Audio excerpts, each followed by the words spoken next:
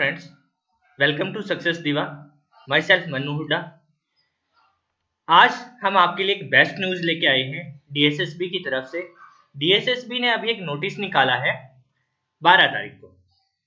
Notification में क्या है उसके बारे में डिस्कस करने वाले हैं। बहुत ही इंपॉर्टेंट है और बहुत ही ज़्यादा अच्छा है आप सबके लिए। देखिए, डीएसएसबी की वैकेंसीज आई हैं और वैकेंसीज किस तरह से हैं, क्या प्रोसेस है, क्या चीज़ें हैं, वो सब हम डिस्कस करने वाले हैं। तो चलिए स्टार्ट करते हैं। जो हमारा नोटिफिकेशन आया है वो आया है 12/5/21 को, और जो ओपनिंग डेट ऑफ एप्लीकेशन है वो 25 तारीख से स्टार्ट हो जाएंगे आपके एप्लीकेशन फिल करना, और क्लोजिंग डेट है 24/6। तो करीब करीब एक महीना होगा आपके पास। और चलिए अब वैकेंसीज देख लेते हैं जो भी गवर्नमेंट ने दी है। वैकेंसीज क्या क्या है हमारी? वैकेंसीज है टीजीटी हिंदी की, जिसमें 4600 ग्रेड पे है। आपका ईडब्ल्यूएस की 26 है, जर्नल की 310 है, ओबीसी की 91 है, एससी की 39 है, एसटी की 85 है, टोटल 551 है, और फिजिकली हैंडीकैप की 22 है। ऐसे ही आपकी मेल की है, फीमेल की है, हिंदी में है, नेचुरल साइंस में है, मैथ्स में है, सोशल साइंस में है, बंगाली में है, और प्राइमरी टीचर्स की है। असिस्टेंट टीचिंग प्राइमरी जो टीजीटी के होते हैं उनकी भी है, टीजीटी वालों के लिए भी बेस्ट है। ईडब्ल्यूएस की 38 है, 313 आपका जर्नल के लिए है, और ओबीसी के लिए 6 है, एससी के लिए 44 है, और एसटी के लिए 33 है। टोटल है 434 वैकेंसीज है। और नर्सरी टीचर्स के एनटीटी जो टीचर्स होते हैं उनकी भी वैकेंसीज हैं, उनकी थोड़ी सी कम है, 74 है, बट अच्छी बात है, ज्यादा है। अब उसके बाद हमारी कुछ वैकेंसीज और हैं, जैसे एलडीसी के जो 12th बेस्ड होती है हमारी, काउंसलर की है, हेड क्लर्क की है, और असिस्टेंट टीचर प्राइमरी की फिर से है। अब देखिए ये क्या था, ये डायरेक्टरेट ऑफ एजुकेशन में था, और ये जो वैकेंसीज और हैं ये किस में है? एमसीडी स्कूल म्युनिसिपल काउंसिल के अकॉर्डिंग जो होगी ये सब वो है। और लास्ट में है पटवारी की वैकेंसीज, ये पहले भी निकली थी, अभी और निकली है, टोटल है 10 वैकेंसीज आपकी। तो आई होप ये सभी वैकेंसीज हैं, बहुत ही ज्यादा हैं ये, और हम सब के लिए अच्छी न्यूज है। इस पेंडेमिक के टाइम पर अगर देखा जाए तो हम अगर वैकेंसीज निकल रही हैं तो उसके लिए भी मैं तो थैंक यू करता हूँ डीएसएसबी का कि उन्होंने इस टाइम पर भी वैकेंसीज निकाली है। चलिए अब थोड़ा सा आगे डिस्कस कर लेते हैं क्वालिफिकेशन के बारे में। क्वालिफिकेशन का अगर नॉर्मल सी बात की जाए तो ये जो भी वैकेंसीज है टीजीटी हिंदी की है या मैथ की है, साइंस के, सब में क्या है, बीए होना चाहिए, या फिर आपका जो इसके बीए के इक्विवेलेंट होता है वो सब होनी चाहिए। और साथ में आपको डिग्री या डिप्लोमा चाहिए टीचिंग का, टीचिंग डिग्री या डिप्लोमा, यानी कि जैसे आपने कोई जेबीटी कोर्स किया हुआ है या फिर आपने बीएड किया हुआ है तो वो सब चलेगा। और मस्ट है सीटेट क्वालिफाइड होना चाहिए। क्लियर हो गया? और इसमें एज ग्रुप देखा जाएगा तो 32 है। सबके लिए यही चीजें हैं, बीए या वो जो भी आपका सब्जेक्ट है उसमें आपका ग्रेजुएशन होना चाहिए, और टीचिंग डिप्लोमा होना चाहिए, और सीटेट क्वालिफाइड होना चाहिए। ये एसेंशियल है आपके लिए। अब यहाँ पर ये मेल का है, हिंदी का सेम ऐसे ही है सब में। अब नीचे चलते हैं थोड़ा सा और आपको और दिखा देते हैं। जैसे मैथ्स मेल का है, सब में उन्होंने सीटेट क्वालिफाइड मांगा हुआ है, इस चीज का थोड़ा सा ध्यान रखना। अब ये नर्सरी वाले जो वैकेंसीज हैं, जो नर्सरी टीचर्स के लिए हैं उनके लिए क्या है, देखिए उनके पास 12th होना चाहिए, डिप्लोमा सर्टिफिकेट होना चाहिए। ये एनटीटी का, देखिए एनटीटी का जो अलग से डिप्लोमा होता है या बीएड होना चाहिए।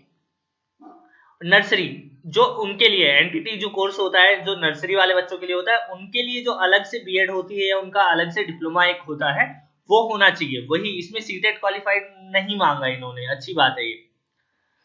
और इसके बाद आता है फिर एलडीसी का। एलडीसी में भी सिंपल सा मांगा हुआ उसने, 12th मांगा है, और उसमें टाइपिंग स्पीड मांगा उन्होंने 35 इंग्लिश में और 30 वर्ड्स पर मिनट हिंदी में मांगा है, और कुछ नहीं।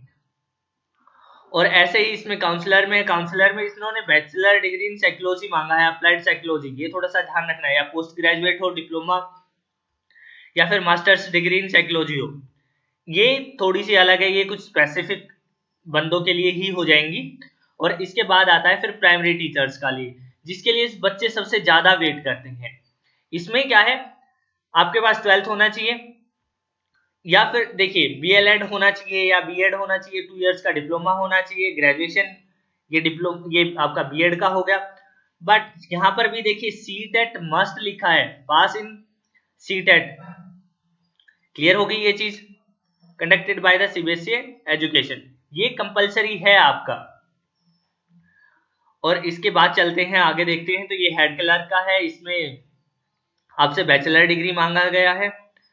फिर असिस्टेंट टीचर प्राइमरी का जो हमने बताया था एमसीडी के लिए है, इसमें भी सेम वही चीजें हैं, इसमें भी सीटेट नहीं है, 12th होना चाहिए या आपका डिप्लोमा होना चाहिए। सॉरी, है, इसमें भी सीटेट मांगा है, वो सिर्फ एनटीटी में नहीं है, इसमें भी सीटेट लिखा हुआ है, तो सीटेट इसका भी करना है आपको। और लास्ट आती है आपकी पटवारी की वैकेंसी, जिसमें आपसे ग्रेजुएशन मांगा गया है। तो ये वैकेंसीज थी आपकी।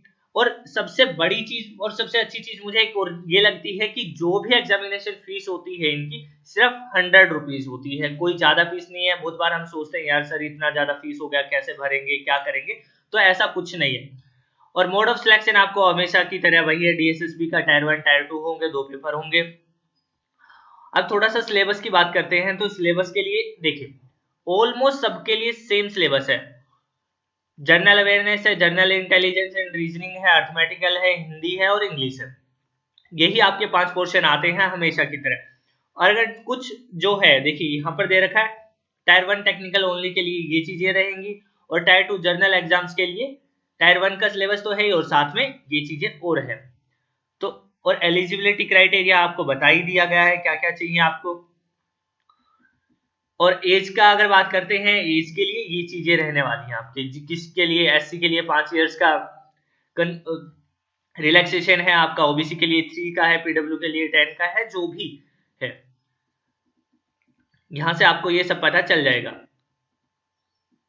और ये तो सिर्फ जनरल इंस्ट्रक्शंस हैं। और इसके बाद आपको एक चीज और दिखा देते हैं जो इन्होंने अच्छे से डाली हुई है आपको। अच्छा, ये इस बार मुझे लग रहा है कि पहली बार ही ऐसे डाला है डीएसएसबी ने, इससे पहले देखा नहीं था। ये देखिए, ये हर एक का किया हुआ है।